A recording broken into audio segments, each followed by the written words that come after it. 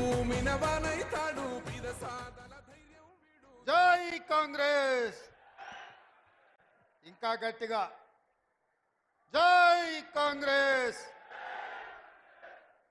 మిత్రులారా, ప్రజాపాలన ప్రగతి బాటలో కార్యక్రమంగా ఈనాడు నారాయణపేట శాసనసభ నియోజకవర్గంలో మీ అభిమాన నాయకురాలు స్థానిక శాసనసభ్యురాలు డాక్టర్ పర్ణిక గారి అధ్యక్షతన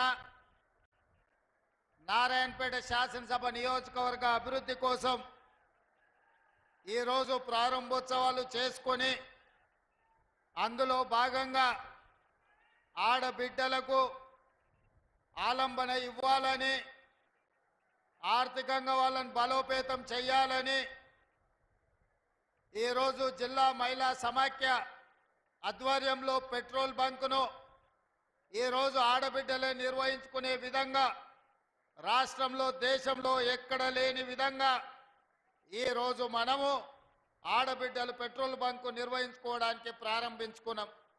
ఇదే కాదు, ఆనాడు 2004 నుంచి 2014 వరకు తెలంగాణ రాష్ట్ర ప్రాంతంలో 25 లక్షల ఇందిరమ్మ ఇండ్లు, పేదవాడి ఆత్మ గౌరవం ఇందిరమ్మ ఇల్లు అని ఆనాడు తండాలలో, గూడాలలో, మారుమూల పల్లెల్లో ఉన్న పేదలకు, ముఖ్యంగా దళితులకు, గిరిజనులకు, ఆదివాసీలకు, బలహీన వర్గాలకు, మైనారిటీలకు, మహిళలకు ఇందిరమ్మ ఇండ్లు ఆనాడు ఇస్తే 10 సంవత్సరాలు గత ప్రభుత్వం నిర్లక్ష్యం వహించింది.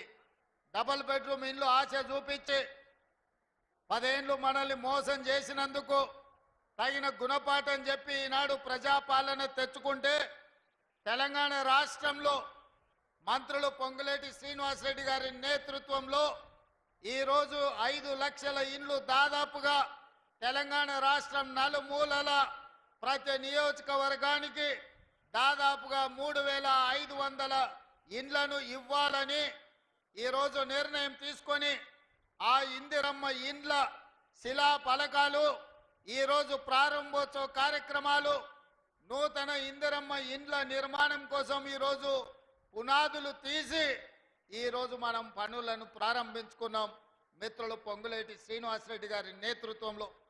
అదేవిధంగా మాదిగ ఉపకులాల వర్గీకరణ కోసం ఈ జిల్లా అభివృద్ధి కోసం అహర్నిశలు కృషి చేస్తున్న పెద్దలు దామోదర్ రాజ నరసింహ గారు, జూపల్లి కృష్ణారావు గారు, అదేవిధంగా మన స్థానిక ఉమ్మడి మహబూబ్ నగర్ జిల్లా శాసనసభ్యులు అచ్చంపేట వంశీ కృష్ణ గారు, కల్వకుర్తి కసిరెడ్డి నారాయణ రెడ్డి గారు, జడ్చర్ల అనిరుద్ధ రెడ్డి గారు, నాగర్ కర్నూల్ డాక్టర్ రాజేష్ రెడ్డి గారు, వనపర్తి మేఘారెడ్డి గారు, షాద్ నగర్ శంకర్ గారు, అదేవిధంగా మహబూబ్ నగర్ ఎన్ఎం శ్రీనివాస్ రెడ్డి గారు, ఈరోజు మక్తల్ మీ అభిమాన నాయకుడు శ్రీహరి గారు, వాకిటి శ్రీహరి గారు, నా సహచర శాసనసభ్యులందరూ ఈరోజు వేలాది మంది అభిమానులను ఇక్కడికి తరలి వచ్చి ఈ ప్రారంభోత్సవ కార్యక్రమాన్ని విజయవంతం చేసి,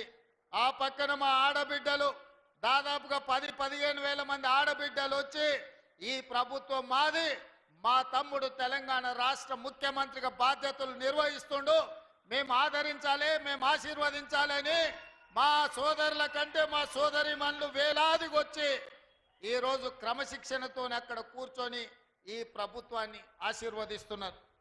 మిత్రులారా, ఈరోజు ఈ వేదిక మీద నుంచి 4 కోట్ల తెలంగాణ ప్రజల్ని ఆలోచన చేయమని నేను అడుగుతున్నా. ఆనాడు నిజాం నవాబుల నుంచి విముక్తి కలిగిన తర్వాత మొట్టమొదటి హైదరాబాద్ రాష్ట్రానికి ముఖ్యమంత్రిగా మా పాలమూరు బిడ్డ బూర్గుల రామకృష్ణారావు గారు ఆనాడు ముఖ్యమంత్రిగా బాధ్యతలు వహిస్తే మళ్ళీ 7 దశాబ్దాలు మా పాలమూరు జిల్లాకు ఉమ్మడి రాష్ట్రంలో కానీ తెలంగాణ రాష్ట్రంలో కానీ సరైన ప్రాతినిధ్యం రాలే. 7 దశాబ్దాల తర్వాత ఈ పాలమూరు బిడ్డల ఆశీర్వాదం వల్ల మీరు అండగా నిలబడి 12 మంది పార్లమెంటు సభ్యులను గెలిపించి ఆశీర్వదించి నన్ను హైదరాబాద్కు పంపిస్తే తెలంగాణ రాష్ట్రానికి ముఖ్యమంత్రిగా మీ పాలమూరు బిడ్డ మీ సోదరుడు ఇవాళ ముఖ్యమంత్రి అయ్యి ఇవాళ మీ ముందు నిటారుగా నిలబడ్డాడు. మిత్రులారా, ఇవాళ ఆలోచన చేయండి. ఉమ్మడి రాష్ట్రంలో ఎంతో మంది పాలకులు వచ్చిండ్రు, ఎందరో ముఖ్యమంత్రులు అయినరు. ఎన్నిసార్లైనా మన పాలమూరు పేదరికాన్ని చూపించి ప్రపంచ దేశాలలో మార్కెటింగ్ చేసుకున్నారు తప్ప మన జిల్లాను అభివృద్ధి చేయలే. ఇవాళ ఈ వేదిక మీద నుంచి నేను అడుగుతున్న మేధావులను, ఈ తెలంగాణ రాష్ట్రంలో ఉన్న చదువుకున్న వాళ్ళను, నీళ్లు నాగరికత తెస్తాయి, నీళ్లు పంటలు తీసుకొస్తాయి, మీ నీళ్లు పసిడి బంగారాన్ని పండిస్తాయి. మరి నీళ్లు నాగరికతను దేవాల్సింది, పసిడి పంటలు పండించాల్సిన ఈ పాలమూరు జిల్లాలో కృష్ణా నది జలాలు 811 టీఎంసీలు దశాబ్దాలుగా పారుతున్నా మాకెందుకు పసిడి పంటలు రాలేదు? మా కష్టాలు ఎందుకు తీరవలేదు? మా కన్నీళ్లు ఎందుకు తూడవలేదని నేను అడుగుతున్నా. ఈ పాలమూరు జిల్లా నాడు ఉమ్మడి రాష్ట్రంలో లేదా? ఈ పాలమూరు జిల్లా ఏర్పడ్డ తెలంగాణ రాష్ట్రంలో లేదా? ఈ పాలమూరు జిల్లా బీఆర్ఎస్ పార్టీకి ఓట్లు వేయలేదా? అంతెందుకు 2009లో నాడు చంద్రశేఖరరావు గారు కరీంనగర్ జిల్లా ప్రజలు తరుముతే భుజాన జోలె వేసుకొని జోలె పట్టుకొని పాలమూరు జిల్లాకు వచ్చి ఈ ప్రాంతంలో ప్రజల్ని అడుక్కుంటే నా పాలమూరు సోదరులు, మా సోదరి మనులు నీకు భిక్ష పెట్టినరు. నీ బొంతలో భిక్ష వేసి పార్లమెంటు సభ్యుని చేసి ఢిల్లీకి పంపిస్తే నువ్వు పార్లమెంటు సభ్యుడిగా పదవిని ఎలగబెట్టినావు. సోనియమ్మ తెలంగాణ రాష్ట్రం ఇస్తే నువ్వు తెచ్చినా అని గొప్పలు చెప్పుకున్నావు. ఆనాడు పాలమూరు జిల్లాను